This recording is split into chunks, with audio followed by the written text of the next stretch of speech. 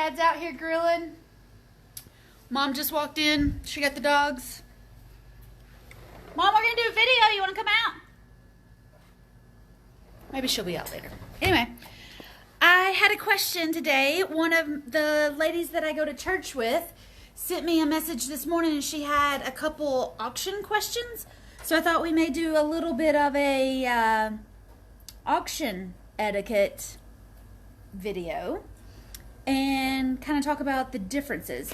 So a lady from my church called me this morning, and she said, hey, we found a couple 10 acres that are going to be up for sale through an auction, and they're just down the street from us, and we were thinking about buying them. I said, okay, that's fine. Hey, there's Mom. Say hi. Coming out. Come on, Abby, you gotta come and do some work.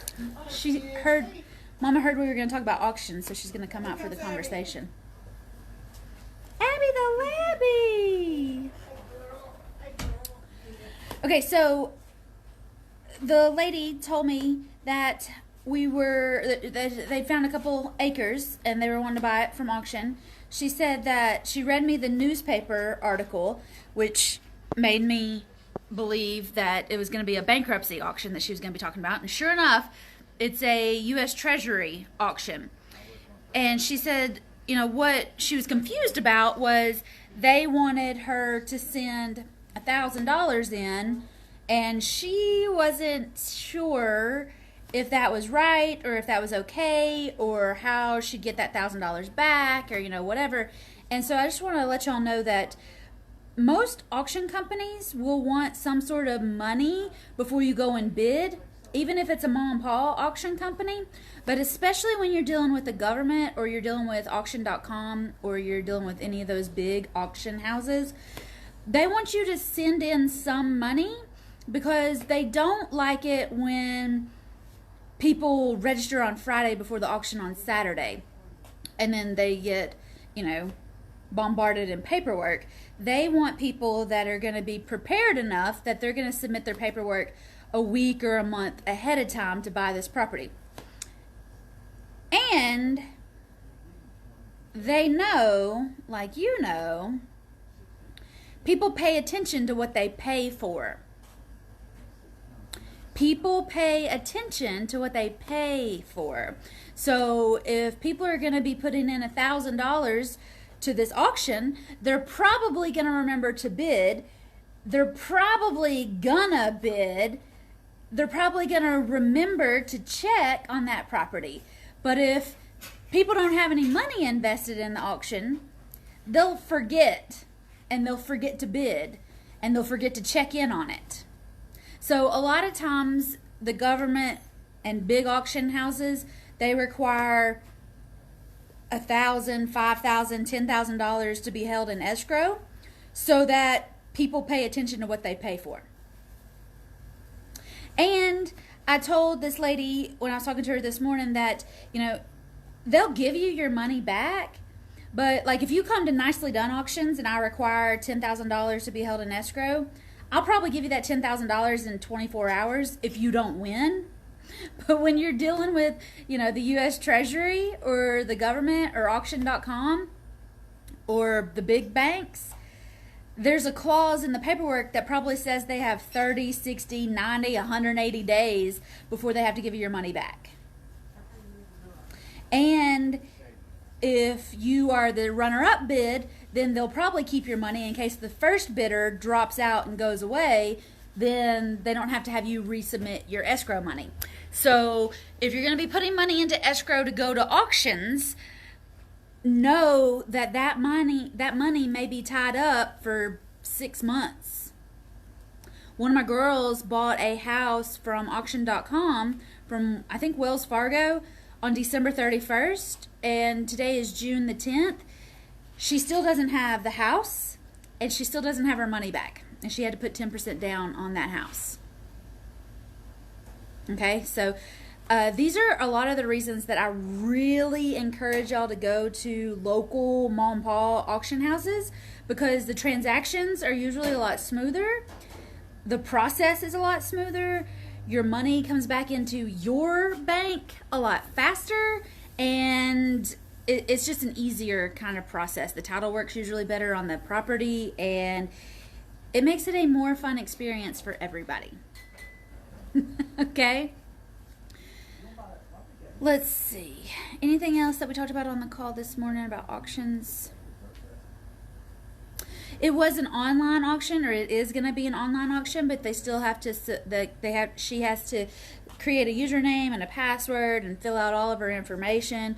And the auction company wants you to do that in case you win. Then they've already got all your stuff, and they don't have to chase you down to fill out paperwork.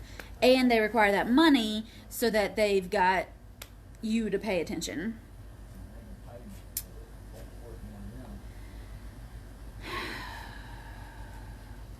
I told my friend, though,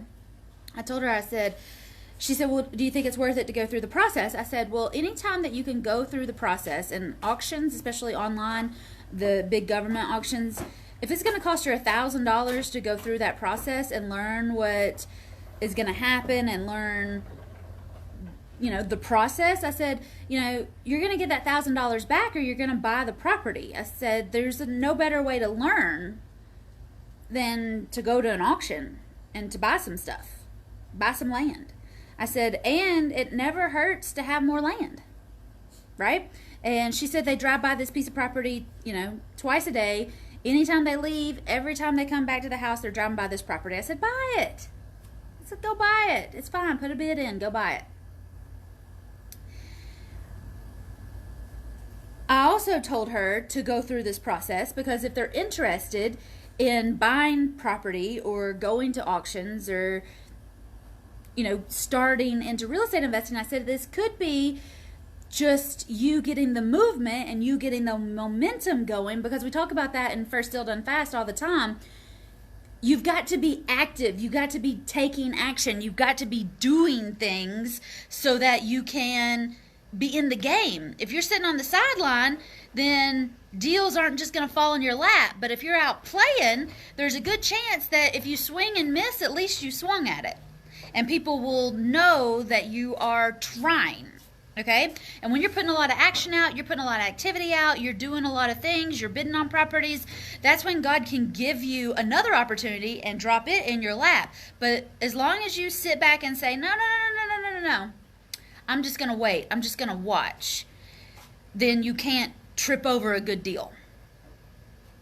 All right? Get out there, start putting some offers in, start putting some bids in, start the process so that you can get in it and get rolling with it. Okay? Y'all get out there, make some offers, put some bids in, buy some land, do all the deals. I think that's all I told her this morning. I say go for it. Go buy it. That's what I always say, though, isn't it, Mom? You never said forget it yet. Just go buy it. It don't matter. Just buy it. It's just money. Just go buy it. Ain't no big deal. It's just paper. It's just paper. Just paper. Y'all anything else you want to add to the auction? They're exciting. They're super exciting. The auctions are super exciting. This lady today was doing an online auction, and they are also pretty exciting. But there's something about being face-to-face with somebody and saying, don't you bid again.